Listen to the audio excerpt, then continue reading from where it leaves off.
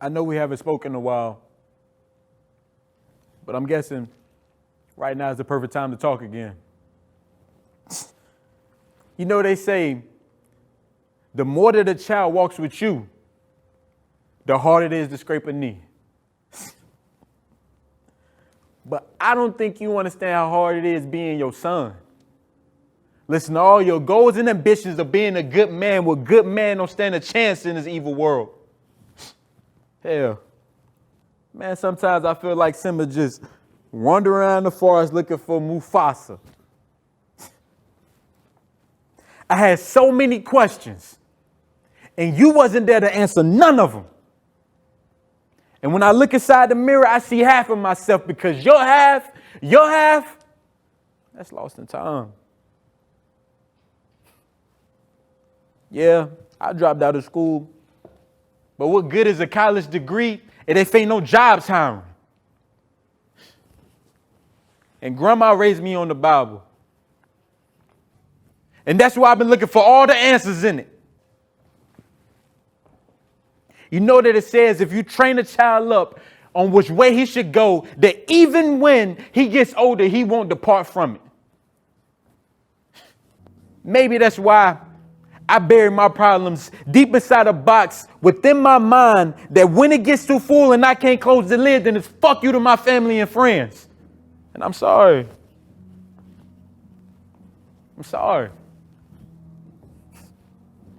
Proverbs 12:21. Life and death is in the power of the tongue. And maybe that's why my conversations with you been leaving you a little speechless. Hell, I could have sent all this in text and you still wouldn't have got the message. Can't you see that I'm tired?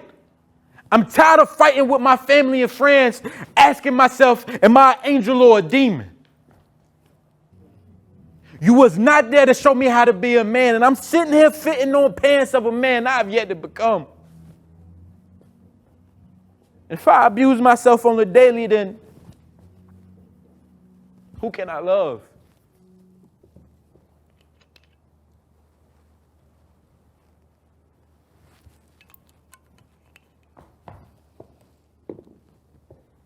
The lust for shine can dull the soul. And I've been growing in ways that are unnatural. Like, who would have thought I'd be learning the birds and the bees from fucking movies and TV?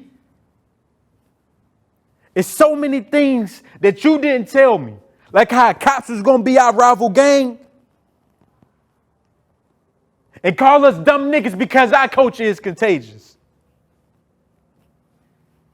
And on top of all of this, my girl left me. And I was at my worst. And that's why every other relationship I get in, I'm just like, what's up, ho?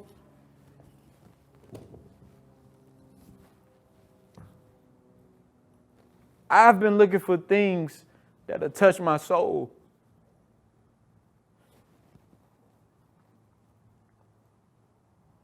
And I wonder, if I cry tears, am I less of a man? And I question, will you save me if I ask for help? And I was waiting on you when I should have showed up for my damn self. But I'm my father's son. And you've been gone far too long.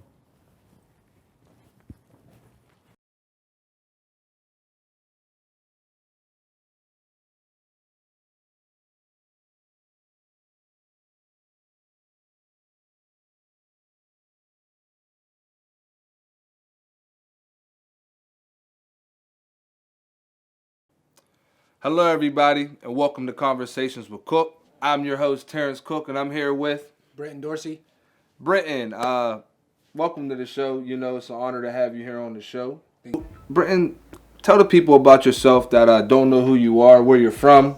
My name is Brenton Dorsey. I'm from Whitaker Projects in West Mifflin, Pennsylvania, just outside of Pittsburgh.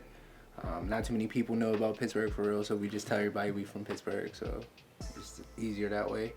I'm I'm a screenwriter. I'm in school right now, studying for my master's. Where's your school located? San Francisco, California. Guys, for people back at home, we're shooting here in California. Me and Brenton have a good relationship with one another, where we came from both Whitaker projects and now made our journeys over here to the West Coast to help pursue our dreams. Brenton is one of the excellent screenwriters that I've seen in a long time. Thank you. Brenton, you can go on and say some more. My bad for interrupting, but I'm going to make sure I introduce you the proper way. Oh, no, you're fine. My journey into screenwriting and television and film is a little bit different than everyone else. You talk to a lot of people and they already know that their passion for film is already there. I sort of discovered mine late. I was already in college at Point Park University in downtown Pittsburgh. Absolutely. Studying sports arts and entertainment management. Mm-hmm. And in my senior year, I was really depressed. I was watching a lot of TV, just trying to find my way. And I realized that if I wanted to be a sports agent, I had to go to law school. And I was just like, no, I'm good off that. I'm good off that. I mean, law school is nothing to play with. Absolutely not. Absolutely not. So where'd you find your passion? So I wrote a script in 2014, completely wrong. I asked a friend to read it. He told me that I should learn script writing. From there, I had a friend by the name of Terrence Cook, who was going to Indiana University of Pennsylvania, and he told me about the media communications department there and how they had a screenwriting class. So I decided to go back for my second bachelor's, and while we were at IUP, another friend of mine, or ours, Bino, Absolutely. told us about the Academy of the Art Institute University out here in San Francisco. Mm-hmm. And then you made that journey, and then I was still back in Pittsburgh writing. You asked my help. We ended up producing a script that while the professor at the time, she told me to apply. I did, and then I was accepted into the school, and that's what helped make me start to take screenwriting a little bit more serious and make that journey out here. So you've been out here now for a good amount of years. Yes. Seeing what you've been through and knowing the strategic way of planning a script, learning how to build a script out. Do you think school is necessary for up-and-coming screenwriters? That's a great question. I feel like you're the most capable. And honestly, writing, you talk to a lot of people who say I'm a writer or I want to do writing, but they never really apply themselves to just sit down and write a story. You know Absolutely. what I'm saying? So it's just taking that first step and then researching. It's a lot of researching. So I've read scripts. I've read Black Klansman, Get Out. I've read scripts from different genres, different people. And then I just started to see how they wrote and sort of implement that into my own writing. Not saying to copy their style, but just the technical way of the way they formatted a script. Okay. So that is the best thing I can tell to anyone, whether you're in school or not in school, is just to do your research. Because school is a great way for the connections. Absolutely. I was able to meet my business and writing partner, Jonathan Boone, out here. Mm-hmm. We went to school together. We were in class together. Jonathan is an amazing screenwriter. He's from North Carolina, Absolutely. but he's also a musician. I second that. So school was just able for me to make that networking process. So, I mean, it's a double-edged sword to say film school isn't necessary, but then the amount of debt that all of us college students are going into also isn't necessary. So Let's hope Biden does what he's supposed to do.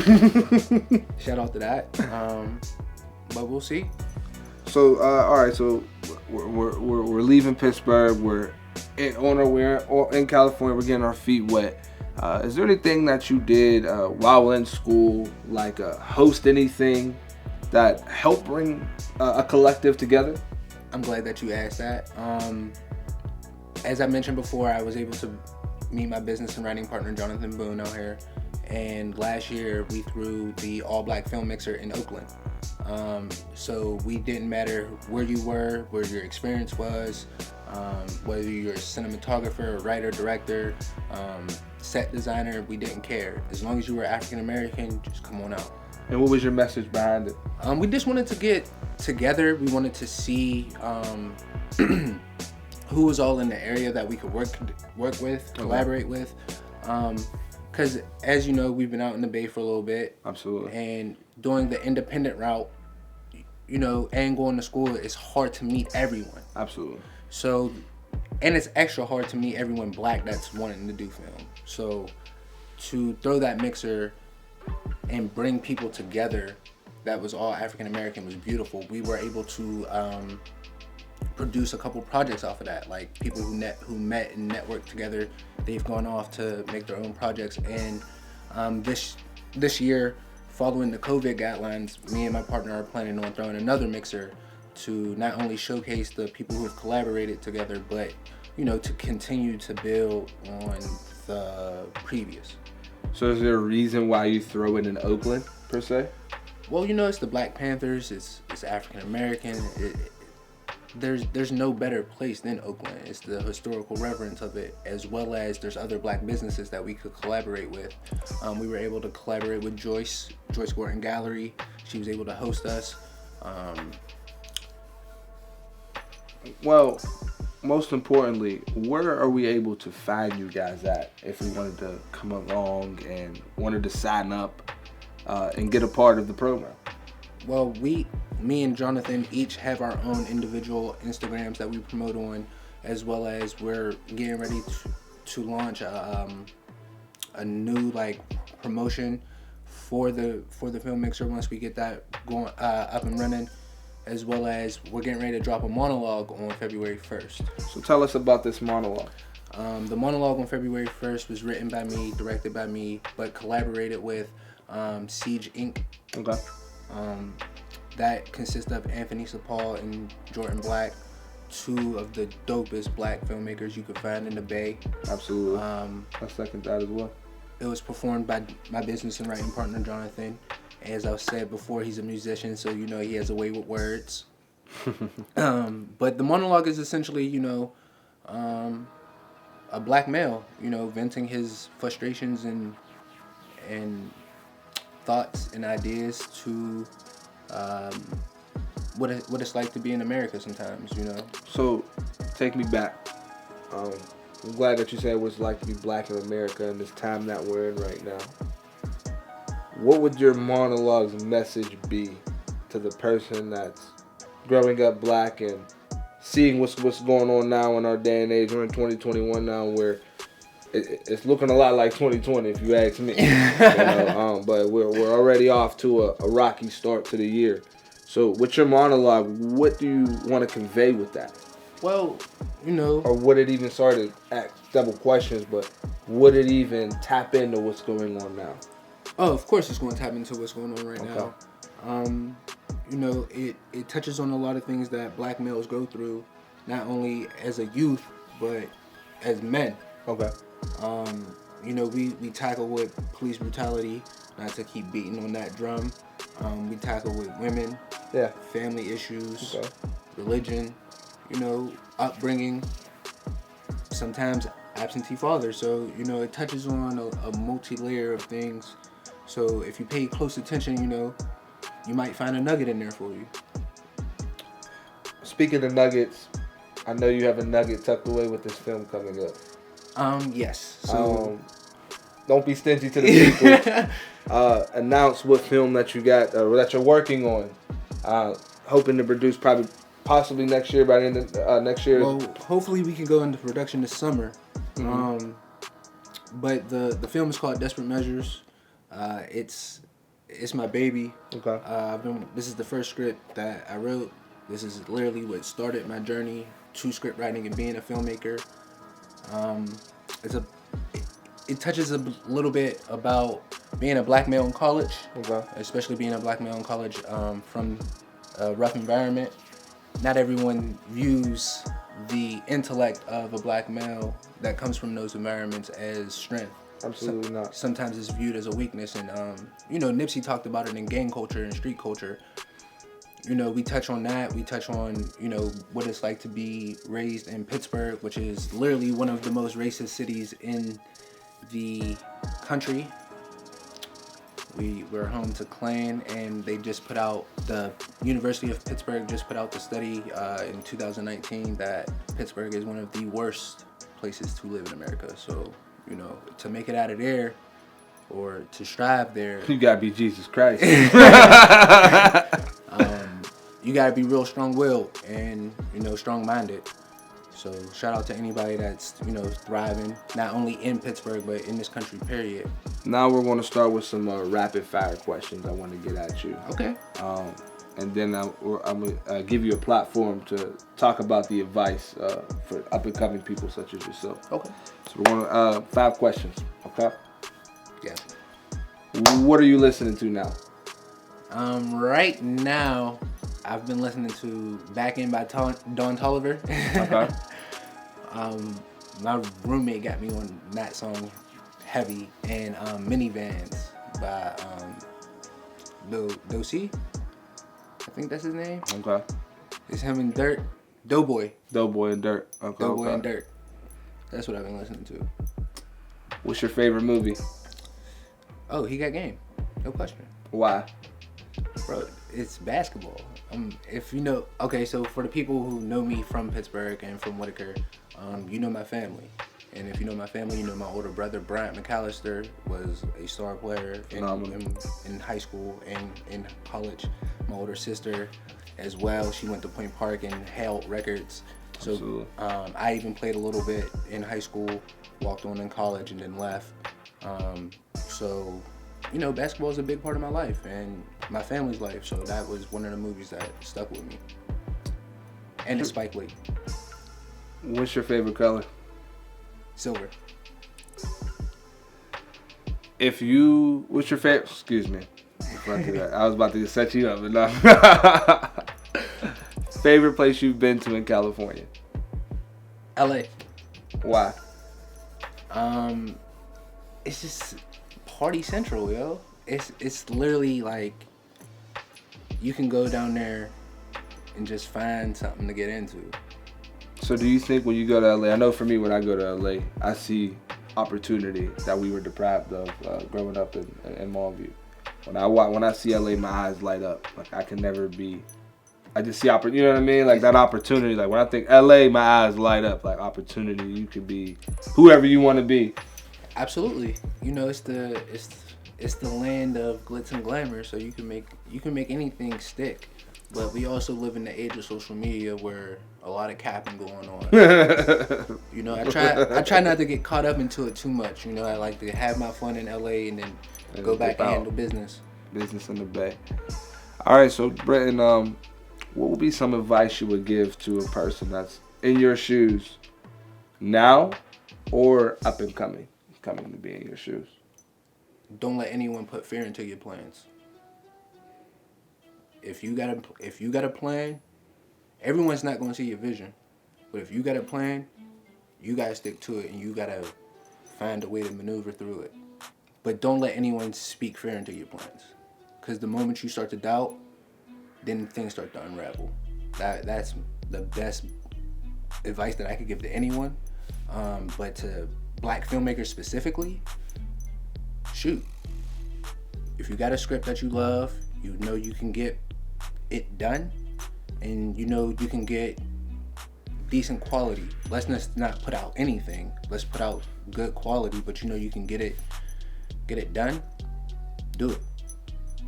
Rules be damned. Don't break the rules, just bend them a little bit. No, you better ask. I'd rather ask for forgiveness than ask for permission. Who do you look up to in the film world? So some of my favorites: John Singleton, R.I.P. Ernest Dickerson, because he shot Juice on $100,000. That still blows my mind. And Antoine Fuqua, because he's from Pittsburgh. Absolutely. Well, right on. And you know, his style of shooting, it's gritty. And he's worked with some of the greats. So, you know, how can you not? Got a point. It's just it's mind blowing to find out certain things about the city that people didn't know, or you know that I didn't know growing up. Like I didn't know until college. Bob Marley's last concert was at Heinz Theater. Like you know I what I'm didn't know that saying? either. His last live performance he performed in Pittsburgh. Like I didn't know that until I went to Point Park, and my professor Ed Treviseri taught me that. Like you know. It's just there's a lot of opportunity there, but there's a lot of inopportunity, if that makes sense. It's like that access. It's like here's the opportunity, but that access to it is just like right there. Yeah. But you just can't break through that wall. What do you gotta do to break through it? Like I said, you're gonna have to bend some rules. You're gonna have to ask for forgiveness, then ask for permission. Hey man, it's been a phenomenal journey for you, Brenton. I wish you the best of luck. You know, guys, thank you for being on the show. Brenton, is there any last words you want to say to the viewers? Oh, absolutely. Be on the lookout for our monologue on the 1st. It's more than likely going to be out by the time you guys see this. But definitely keep following us. And Where can they follow you at? at Dorse22, DORSE, number 22. And you can follow my business and writing partner at Uno Cool Bro. He drops music all the time. We got more content dropping this year. And be on the lookout for us, because 2021, the Cool Collective is coming. All right, well, Cool Collective, let's heat them up. Oh, my fault. Let me not forget Siege Media Inc. too. So, you know, they're also dropping heat. They're coming with heat. Let's get it. Hey, be on the lookout for all that, guys. Thank you for tuning in. Make sure you like and subscribe to Conversations with Cook. Thank you, guys. See you guys next week. Can you just talk to me, baby? And my heart will get hurt like I'm mad. I hate the fact that I did you real shady. Wish I could take it back, baby. I just want to talk to you, baby. Can you just talk to me, baby? And my heart will get hurt like I'm mad. I hate the fact that I did you real shady. Wish I could take it back, baby. I just want to talk to you, baby. Can I just talk to you, baby? Hate the fact that you think that I'm crazy. Smoking weed, drinking liquor, I'm faded. I just want to call up my mom like I made it.